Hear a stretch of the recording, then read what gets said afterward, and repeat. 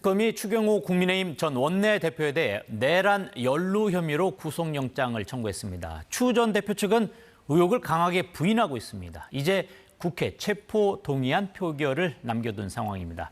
특검의 수사 내용 백인성 법조 전문기자와 함께 알아보도록 하겠습니다. 어서 오세요. 자, 우리 추 전 대표 지금 어떤 혐의로 지금 구속영장이 청구된 상황인지 설명해 주시죠.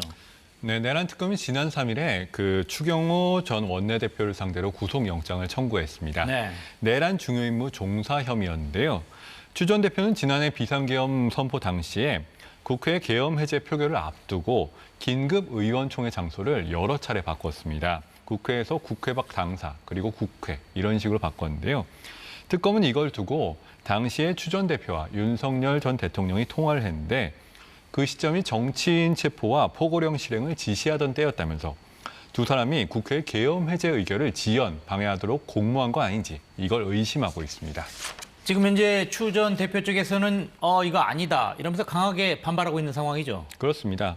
추 전 대표는 무리한 정치적 수사라면서 혐의를 전면 부인을 하고 있습니다. 네. 의원총회 장소 변경은 통상적인 이 당 운영 절차였고요. 그리고 국회 표결을 방해하려고 했다고 하면 왜 소집 장소에 중간에 국회를 넣었겠냐 이렇게 반발하고 있습니다. 네. 또 윤 전 대통령의 통화 내역에 대해서는 계엄을 미리 말하지 못해 미안하다는 취지였다며 특검의 공모 주장을 부인하고 있습니다. 지금 일단 뭐 청구는 됐고 앞으로 절차 어떻게 되는 겁니까? 추 전 대표는 지금 현역 국회의원이기 때문에 불체포 특권의 보호를 받게 됩니다. 네. 회기 중에 국회 동의 없이는 체포 구금이 되지 않는데요. 따라서 영장 심사를 하려면 국회 본회의에서 체포 동의안이 통과가 되어야 합니다. 네. 현재 중앙지법이 보낸 체포 동의 요구서가 오늘 오전에 국회에 도착을 했고요. 다음 주 13일쯤 국회 본회의에서 체포 동의안이 보고가 되고 시차를 두고 표결이 이뤄질 전망입니다. 추 전 대표는 불체포 특권을 포기하겠다 이런 의사를 밝혔기 때문에 네. 아마 가결이 유력한 상황이고요. 이 가결 이후에 영장 심사 기일이 정해지게 됩니다. 지금 뭐 결국은 이제 영장이 발부되느냐 마느냐 뭐 이게 핵심 아닙니까? 그렇습니다. 어떻습니까? 저 법 쪽에서는 이 상황 어떻게 분석하고 있습니까? 사실은 이 영장에 대해서는 좀 난이도가 높다. 그러니까 발부 가능성이 조금 적다. 이런 분위기가 상당수 있습니다. 네. 왜냐하면 이 구속영장의 발부 요건부터 보면요. 피의자가 죄를 저질렀다고 의심할 만한 상당한 이유가 있느냐. 이 범죄의 상당성이 전제가 되고요. 네. 여기에 도주나 증거인멸 우려가 더해져야 됩니다. 그런데 이번 사건에서는 추 전 대표 측이 혐의 자체를 인정하지 않고 있어서요. 쟁점은 이 추 전 대표가 내란의 중요 임무에 종사했는지 그 혐의가 소명될지가 핵심 쟁점입니다. 예.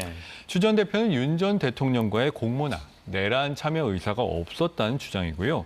무엇보다 의원들이 표결에 참여하지 못한 건 경찰의 국회 봉쇄 때문이지 자기의 장소 변경 공지 때문이 아니다. 이렇게 맞서고 있습니다.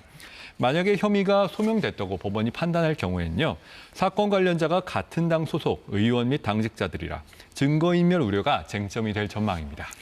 자, 지금 뭐 이번 영장 청구를 놓고서 이거 뭐 정당을 해산하기 위해서 뭐 이렇게 하는 것 아니냐 뭐 이런 주장이 있는데 어떻습니까? 실제 뭐 해산 가능성이 있을 수 있습니까? 일단 청구부터가 가능성을 점쳐봐야 될 것 같은데요. 네. 일단 이 정당 해산 심판 청구는 법무부가 국무회의 심의를 거쳐서 이 헌법재판소에 제소를 하게 됩니다. 그런데 정성호 법무부 장관이 국감에서 특검 수사 결과에 따라 국민의힘에 대한 위헌 정당 해산 심판 청구를 검토하겠다 이렇게 밝힌 바가 있는데요. 네. 동시에 정당 해산은 최후의 수단이라는 신중론도 같이 밝혔기 때문에 원론적인 입장 표명으로 보면 될 것 같습니다. 취재를 해보니까 법무부 내부에서는 추경호 전 대표의 구속영장 발부나 기소만으로는 부족하고 유죄가 확정되는 경우에 이르러야 비로소 심판 청구를 검토할 수 있다. 이런 의견이 나오고 있는 상황입니다. 자, 그렇다면 이제 가정적인 질문입니다만 실제로 청구가 된다면 이런 가정적인 상황 속에서 살펴보겠습니다. 어떻습니까? 해산 가능성은 있다고 보는 겁니까? 어떻습니까? 말씀하신 대로 가정을 전제로 한 부분이라서 네. 아직 법 쪽에서는 얘기가 많이 나오지 않고 있는데요. 다소 좀 회의적인 부분이 있습니다. 정당 해산에 필요한 조건이 굉장히 엄격하기 때문인데요. 우선 정당의 목적이 활동, 그리고 목적이나 활동 자체가 민주적 기본 질서를 실질적으로 침해하는 구체적 위험성이 있어야 되고요. 이거는 개별 구성원의 범죄 혐의만으로는 부족하고 당 지도부 차원의 조직적 관여 등이 입증이 되어야 됩니다. 헌재는 과거에 통합진보당 해산 사건에서 당의 강령과 이 주도 세력의 이념 등을 근거로 정당 목적의 자체 위헌성이 있다고 판단을 했는데요. 그런데 국민의힘의 경우에는 이 강령이나 당원의 위헌성이 있는 건 아닌 걸로 보이기 때문에 네. 정당의 목적이 아닌 활동이 문제가 될 것이고요. 그런데 추 전 대표가 만약에 유죄가 확정이 된다고 해도 그 행위를 정당 전체의 활동으로 볼 수가 있느냐, 이건 또 다른 문제거든요. 그렇군요. 특히 대표권자였던 한동훈 당시 대표가 계엄 해제 본회의 표결에 참석을 했기 때문에 표결 방해가 이 국민의힘의 통일적인 의사를 볼 수 있느냐, 이건 다소 논쟁적인 부분입니다.